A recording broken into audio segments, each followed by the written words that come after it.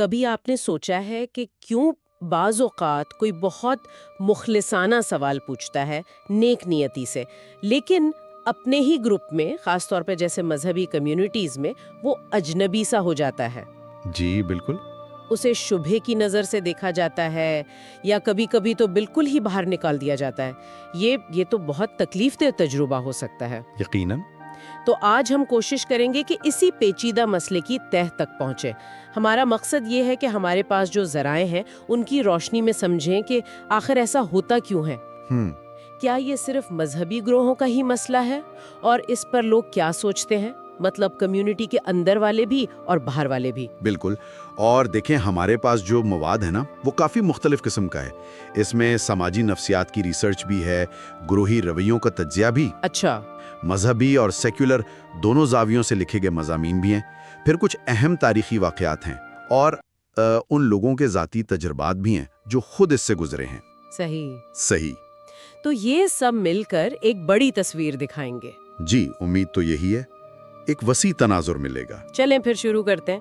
سب سے پہلا بنیادی سوال، آخر ایمانداری سے سوال پوچھنے والوں کو دھتکارا کیوں جاتا ہے؟ کیا یہ صرف نظریے کا اختلاف ہے یا کچھ اور گہری بات ہے؟ دیکھیں یہ صرف نظریاتی اختلاف سے کہیں گہری بات ہے. اصل وجہ یہ ہے کہ ان سوالات کو اکثر سچائی کی تلاش نہیں سمجھا جاتا. اچھا، تو پھر کیا سمجھا جاتا ہے؟ انہیں سمجھا جاتا ہے خطرہ، گروہ کے استحکام کے لیے، اس کی بنیاد کے لیے، اس کی شناخت کے لیے. اور اس کی جڑیں جو ہے وہ انسانی نفسیات اور گروہی رویوں میں بہت گہری ہیں. مطلب کئی چیزیں مل کر کام کرتی ہیں. سب سے پہلی چیز تو یہ ہے کہ گروہ کی جو ہم آہنگی ہے، جو اس کی شناخت ہے، اسے خطرہ محسوس ہوتا ہے. اب دیکھیں نا، زیادہ تر کمیونٹیز، خاص طور پر مذہبی یا نظریاتی، وہ کچھ مشترکہ عقائد پر کھڑی ہوتی ہیں. جی بالکل. یہی عقائد ان کی پہچان بناتے ہیں کہ ہم کون ہیں. اب اگر کوئی رکن انہی بنیادی باتوں پر جن پر سب کا اتفاق ہے کھلے عام سوال اٹھائیں تو ایسا لگتا ہے جیسے کوئی اس پوری عمارت کی بنیادیں کھود رہا ہو جس پر وہ کھڑے ہیں. یعنی سوال پوچھنا ایک طرح سے پورے قبیلے کی بنیاد ہلانے جیسا سمجھا جا سکتا ہے. یہ تو کافی سنگین بات ہے. بالکل. اور اسی سے جڑی ہوئی دوسری بات ہے، وہ ہے پھیلاؤ کا خوف. پھیلاؤ کا خوف؟ جی.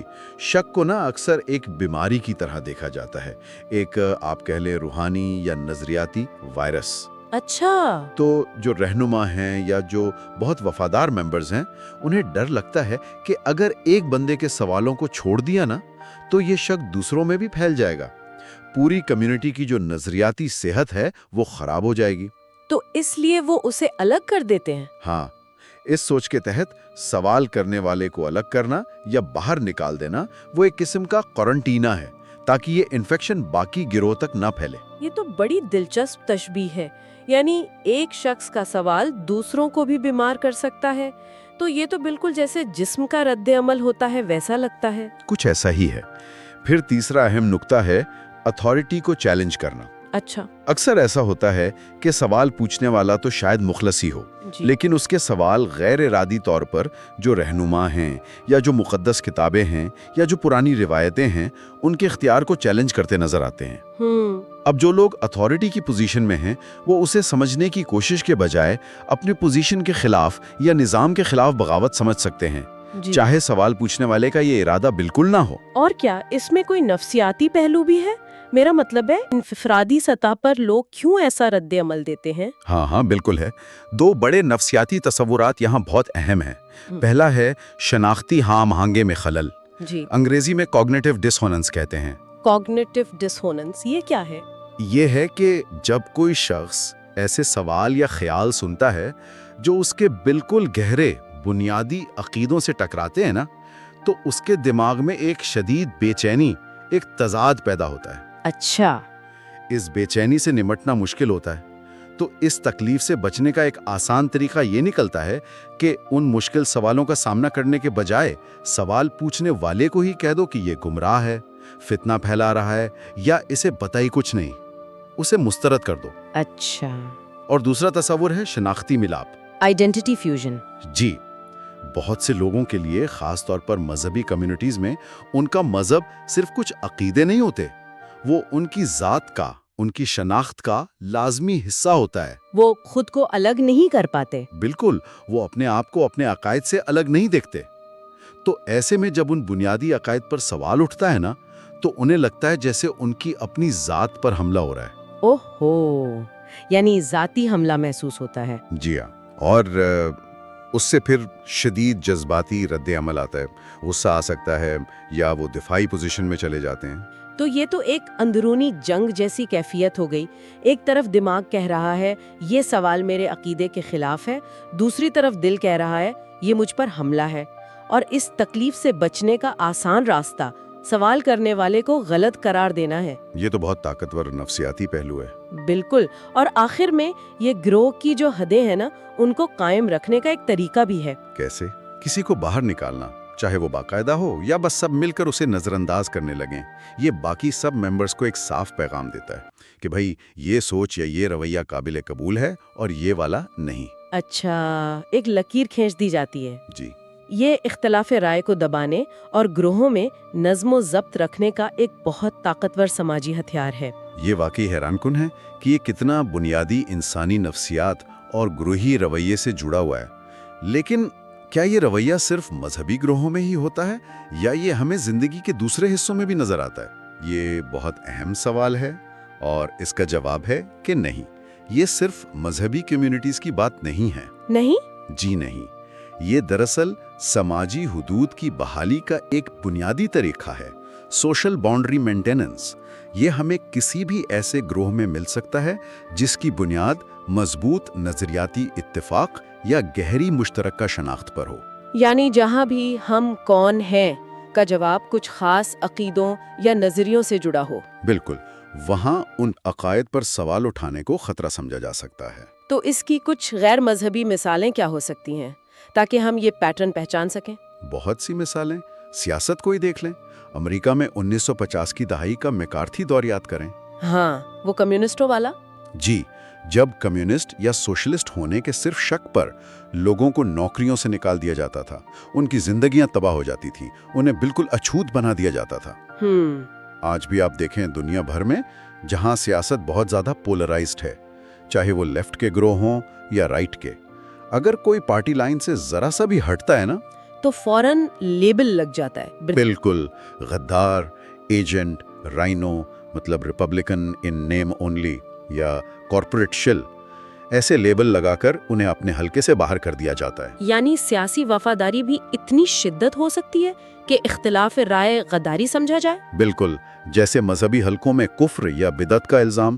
یہ تو حیرت انگیز طور پر ملتا جلتا ہے۔ بالکل، اور یہ صرف سیاست میں نہیں، آپ تعلیمی اور سائنسی حلقوں کو دیکھیں، جہاں آزادانہ سوچ اور سوال کو تو آئیڈیل سمجھا جاتا ہے۔ ہاں، وہاں تو سوال پوچھنا ہی اصل کام ہے۔ لیکن تاریخ دیکھیں، وہاں بھی ایسا ہوا ہے۔ گیلیلیو نے جب کہا کہ زمین سورج کے گرد گھومتی ہے تو اسے چرچ کے ساتھ ساتھ اس وقت کے علمی حلقوں نے بھی نہیں بخشا۔ صحیح۔ 20ویں صدی میں الفریڈ ویگنر نے جب براعظمی بہاؤ، کانٹیننٹل ڈرفٹ کا نظریہ دیا تو زیادہ تر سائنسدانوں نے اس کا مذاق اڑایا، اسے سائنس سے باہر ہی سمجھا۔ کیوں؟ کیونکہ ان کے خیالات اس وقت کے مانے ہوئے سائنسی عقائد کو چیلنج کر رہے تھے۔ حتیٰ کہ جو سماجی انصاف کی تحریکیں ہوتی ہیں ان میں بھی یہ نظر آ سکتا ہے۔ یہ تو تھوڑا عجیب ہے۔ ہاں، ذرائع بتاتے ہیں کہ بعض اوقات وہاں بھی ایسا ہو جاتا ہے۔ کارکنوں کے گروہوں میں اگر کوئی انجانے میں غلط لفظ بول دے یا کسی مشہور حکمت عملی پر سوال اٹھا دے یا اسے کافی انقلابی نہ سمجھا جائے تو اسے بھی نشانہ بنایا جا سکتا ہے۔ جی، اسے مسئلہ ساز، رد انقلابی وغیرہ کہہ کر تنقید کی جاتی ہے یا پھر کینسل کر دیا جاتا ہے، یعنی سماجی طور پر الگ تھلگ کر دیا جاتا ہے۔ کارپوریٹ دنیا میں بھی ہے، جن کمپنیوں میں کلچر فٹ پر بہت زور ہوتا ہے نا، ہاں ہوتا ہے۔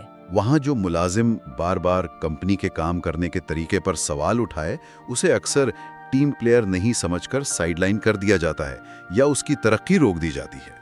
اور کیا یہ ملحد یا شک کرنے والے گروہوں میں بھی ہو سکتا ہے؟ یہ تو واقعی عجیب لگ رہا ہے۔ ہاں، کچھ ذرائع میں اس کا بھی ذکر ہے۔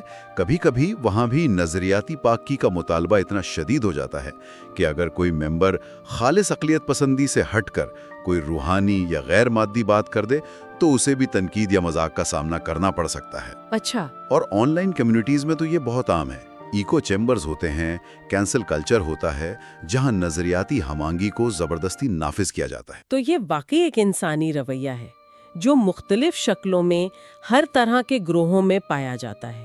یہ سمجھنا بہت اہم ہے۔ اچھا، اب آتے ہیں اس طرف کہ خود ان کمیونٹیز کے اندر اور باہر کے لوگ وہ اس سارے معاملے کو کیسے دیکھتے ہیں۔ ظاہر ہے جو لوگ خود اس سے گزرتے ہیں یا ان کمیونٹیز کا حصہ ہیں، وہ تو اسے صرف ایک سماجی تھیوری نہیں سمجھتے ہوں گے۔ ان کے کیا احساسات ہیں، کیا دلائل ہیں؟ بالکل، مذہبی کمیونٹیز کے اندر بنا اس پر کوئی ایک رائے نہیں ہے۔ ذرائع میں ہمیں کم از کم 3 بڑے نقطہ نظر ملتے ہیں۔ جی؟ پہلا ہے قدامت پسند یا روایت پسند نظریہ۔ ان کے مطابق کمیونٹی کی نظریاتی اور روحانی پاکیزگی کو بچانے کے لیے مضبوط حدیں بنانا اور ان پر سختی کرنا ضروری ہے۔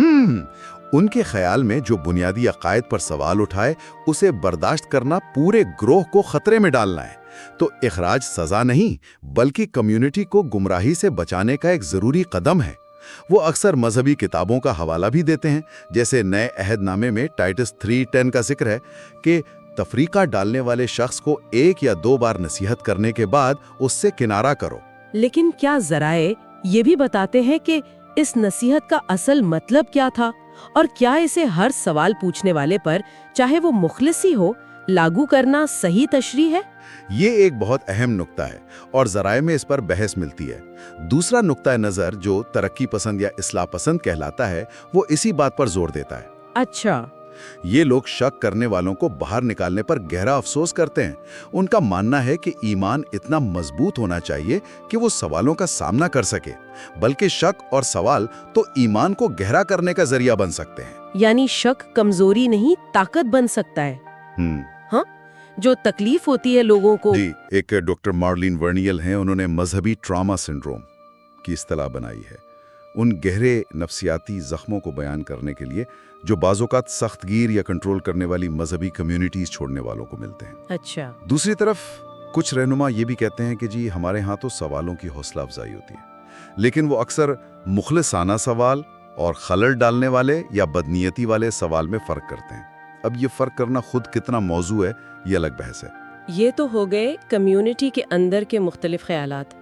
اب ان لوگوں کی بات کرتے ہیں جو ان کمیونٹیز سے باہر ہیں یا سیکولر نقطہ نظر سے اس کا تجزیہ کرتے ہیں۔ وہ اسے کیسے دیکھتے ہیں؟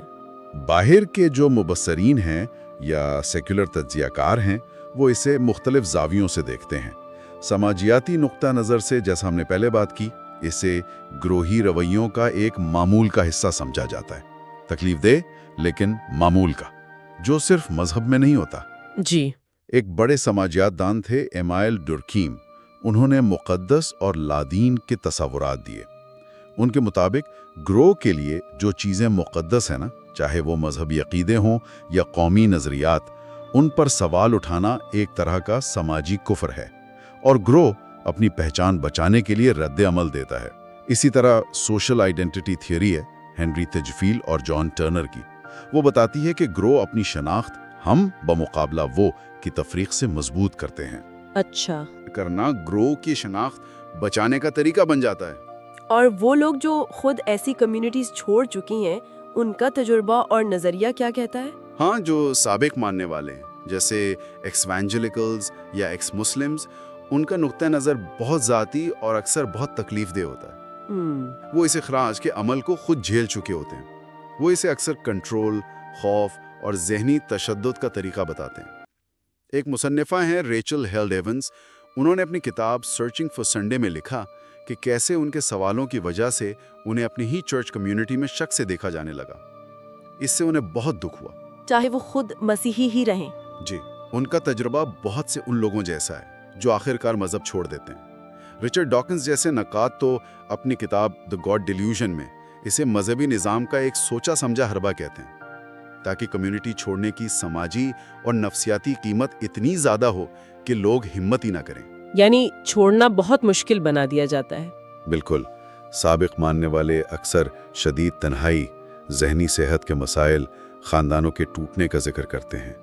اسی لیے فیتھ ٹو فیتھ لیس یا ایکس مسلمز آف نارتھ امریکہ جیسے سپورٹ گروپس اتنے اہم ہو جاتے ہیں۔ یہ سن کر اندازہ ہوتا ہے کہ یہ صرف نظریاتی بحث نہیں ہے، یہ لوگوں کی زندگیوں، ان کے رشتوں، ان کی ذہنی صحت پر بہت گہرا اثر ڈالتی ہے۔ بالکل۔ آخر میں ایک ہیومنسٹ یا سیکولر ہیومنسٹ نقطہ نظر بھی ہے۔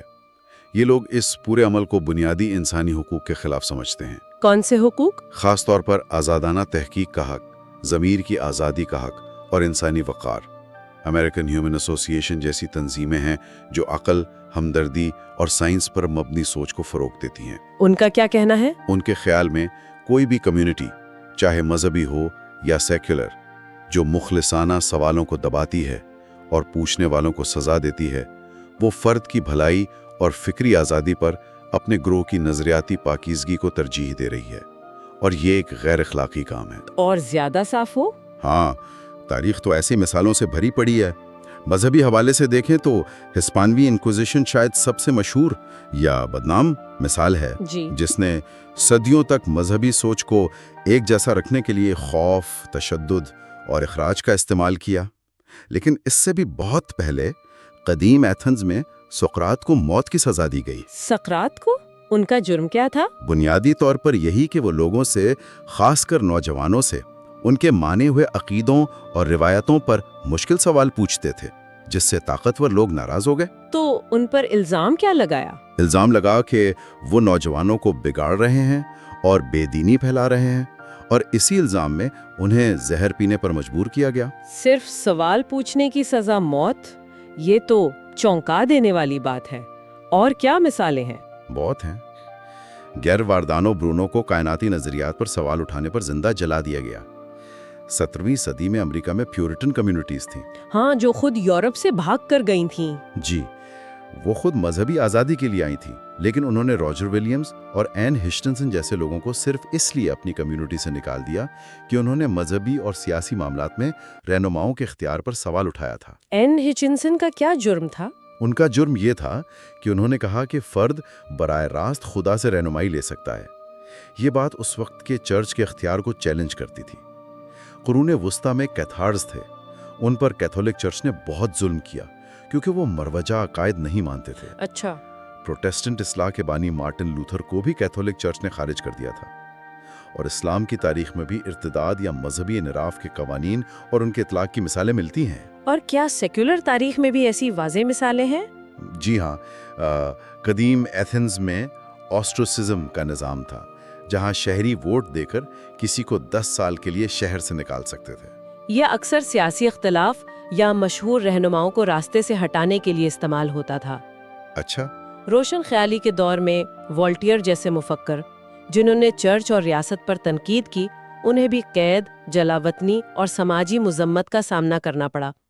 اور 20ویں صدی کی جو مطلق العنان حکومتیں تھیں، جیسے سوویت یونین یا نازی جرمنی، وہاں تو نظریاتی اختلاف کی سزا موت یا جبری مشقت کے کیمپ تھے۔ اور آج کے جدید معاشرے میں یہ کس شکل میں نظر آتا ہے؟ آج کے زیادہ سیکولر معاشروں میں، جیسا ہم نے پہلے ذکر کیا، کینسل کلچر اس کی ایک بہت واضح مثال ہے۔ ہاں، یہ تو بہت سننے میں آتا ہے۔ یعنی جب کوئی شخص، خاص طور پر کوئی مشہور شخصیت، آن لائن یا سماجی حلقوں میں جو مروجہ اصول ہیں، چاہے وہ ترقی پسند ہوں یا قدامت پسند، ان کے خلاف کوئی بات کہہ دے یا کوئی پرانا متنازعہ بیان سامنے آ جائے، تو کیا ہوتا ہے؟ تو اسے عوامی طور پر شدید تنقید کا نشانہ بنانا، اس کا بائیکاٹ کرنا، اسے نوکری سے نکلوا دینا اور اسے عوامی بحث سے باہر کر دینا۔ اس میں بھی وہی چیزیں کام کر رہی ہیں: گروہی شناخت، ہم صحیح ہیں، پاکیزگی کے تصورات، غلط سوچ برداشت نہیں ہوگی، اور سزا، اسے سبق سکھانا ہے۔ یہ بالکل ویسی ہی حرکات ہیں جو ہمیں تاریخی مذہبی اخراج میں نظر آتی ہیں، چاہے الفاظ مختلف استعمال ہوں۔ اس کے علاوہ کچھ مذہبی گروہ جیسے امیج کمیڈنگ یا جیہووا وٹنس کا ڈس فیلوشپنگ، یہ آج بھی جاری ہے۔ اس میں کیا ہوتا ہے؟ اس میں جو کمیونٹی چھوڑ دے یا اصول توڑے، اس سے مکمل سماجی بائیکاٹ کیا جاتا ہے، یہاں تک کہ قریبی رشتہ دار بھی بات چیت بند کر دیتے ہیں۔ اوہ، یہ تو بہت سخت ہے۔ جی، اور تحقیق بتاتی ہے کہ اس کا شکار ہونے والے لوگوں پر شدید نفسیاتی اثرات ہوتے ہیں: ڈپریشن، تنہائی، یہاں تک کہ خودکشی کے خیالات بھی۔ تو ان تمام تفصیلات اور مثالوں کو سامنے رکھتے ہوئے ہم کیا نتیجہ نکال سکتے ہیں؟ اس پوری گفتگو کا خلاصہ کیا ہے؟ خلاصہ یہ ہے کہ مخلصانہ سوالات پوچھنے والوں کو بعض اوقات جو سماجی بدنامی، تنہائی اور اخراج سہنا پڑتا ہے نا، وہ کسی ایک مذہب یا نظریے کا مسئلہ نہیں، بلکہ یہ انسانی سماج کی ساخت کے گہری اور شاید آپ کہہ لیں پیش قیاسی خصوصیت ہے۔ یعنی یہ ایک انسانی مسئلہ ہے؟ جی بالکل، ایک انسانی مسئلہ جو وہاں زیادہ شدت سے نظر آتا ہے جہاں مضبوط گروہی شناخت کچھ خاص عقائد، نظریات یا اصولوں سے بہت گہرائی سے جڑی ہو۔ یہ مذہبی کمیونٹیز میں بھی ہوتا ہے، سیاسی تحریکوں میں بھی، اور کبھی کبھی سائنسی یا سماجی حلقوں میں بھی۔ تو اس سب کا مطلب یہ ہوا کہ جو بنیادی نفسیاتی اور سماجی طریقے ہیں نا، جیسے اپنی شناخت بچانا، اختلاف سے ڈرنا، گروہ کو اکٹھا رکھنے کی خواہش، وہ تقریباً ایک جیسے ہی رہتے ہیں، چاہے آپ اخراج کو جائز قرار دینے کے لیے مذہبی الفاظ استعمال کریں جیسے بدعت، گناہ، فتنہ، یا سیکولر الفاظ جیسے تعصب پھیلانا، نقصان پہنچانا، مسئلہ ساز ہونا، پلیٹ فارم کا غلط استعمال۔ اصل جو ڈائنامک ہے وہ بہت ملتا جلتا ہے۔ بالکل درست کہا آپ نے۔ اور ایک آخری سوچ جو میں سننے والوں کے لیے چھوڑنا چاہوں گا وہ یہ ہے، جی، ایسا لگتا ہے کہ ایک طرف تو انسان کی ضرورت ہے کہ وہ گروہ کے ساتھ رہے، ہم آہنگی ہو، مشترکہ شناخت ہو، اور دوسری طرف فرد کی خواہش ہے کہ وہ آزادانہ سوچے، سوال پوچھے، اپنے ضمیر کی آواز پر چلے۔ ہاں، یہ دونوں چیزیں اہم ہیں۔ ان دونوں کے درمیان ایک بنیادی اور مستقل کھچاؤ نظر آتا ہے۔ تو بڑا سوال یہ ہے کہ کیا کمیونٹیز، چاہے وہ کسی بھی قسم کی ہوں، کیا وہ ایسا محفوظ اور صحت مند ماحول بنا سکتی ہیں جہاں مشکل سوال پوچھنا رشتوں کو توڑے نہیں یا گروہ کو خطرے میں نہ ڈالے، بلکہ انہیں مزید سمجھ بوجھ، ایمانداری اور مضبوطی کی طرف لے جائے؟ یہ واقعی ایک بہت بڑا چیلنج ہے جس پر شاید ہم سب کو اپنی اپنی جگہ پر غور کرنے کی ضرورت ہے۔